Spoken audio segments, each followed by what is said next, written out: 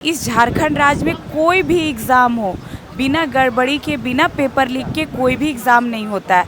ये जो झारखंड राज्य है, हमारे देश में ये पहला ऐसा राज्य है कि ये इतनी ऐसी राज्य जो 40% खनिज संपदा अकेले देती है। लेकिन साथ में ये एक ऐसी राज्य है कि इसमें कोई भी एग्ज़ाम हो, सभी एग्ज़ाम में घोटाले, पेपर लीक जैसे मामले पाए जाते हैं। और एक बात, झारखंड राज्य को अलग हुए 26 साल हो गया और इस 26 साल के झारखंड में 14वां जेपीएससी चल रहा है। कितनी स्लो सिस्टम है इनकी। और फर्स्ट से लेकर 14वीं जेपीएससी तक एक भी ऐसी जेपीएससी नहीं है जिनमें पेपर लीक जैसे मामले और गड़बड़ी नहीं पाए गए। और सभी इनसे पूर्व में जो जेपीएससी में गड़बड़ियाँ पाई गई, सब में सीआईडी जांच हो गए। और जांच में फर्स्ट और सेकंड जेपीएससी की मैं बात कर रही हूँ, जिन पे 4 सीटें लगे हुए, वो लोग आरोपी लोग पे कोई आज तक सीआईडी का जो जांच है वो नहीं आया। जो लोग गड़बड़ी में पाए गए वो लोग जॉब कर रहे हैं। तो भाई आप सीआईडी का जो रिपोर्ट है वो कब देंगे? जो लोग जॉब कर रहे हैं वो रिटायर कर जाएंगे तब देंगे।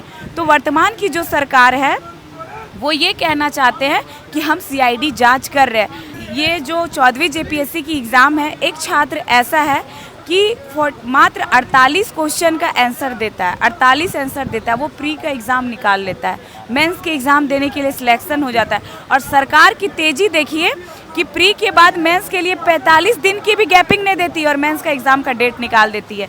जो चेयरमैन है जेपीएससी की एल ख्यांगते जी, वो इस्तीफ़ा दे देते हैं। कुछ लोग हिरासत में हैं। मेंस का जो एग्ज़ाम है, जब इतना छात्र लोग सड़क पे उतर गए तो स्थगित कर दिया गया। तो भाई आप मेंस का एग्ज़ाम स्थगित क्यों किए? क्योंकि प्री के एग्ज़ाम में आपको गड़बड़ी मिली, तो आप रद्द क्यों नहीं कर रहे? फिर आप लॉलीपॉप खिलाएंगे कि हम सीआईडी जांच लगा रहे हैं। अभी 2026 चल रहा है, झारखंड राज्य में 14वीं जेपीएससी की परीक्षा चल रही है। फिर 2036 भी आ जाए, 40 भी आ जाए, ये 14वीं जेपीएससी की सीआईडी जांच की रिपोर्ट नहीं आएगी।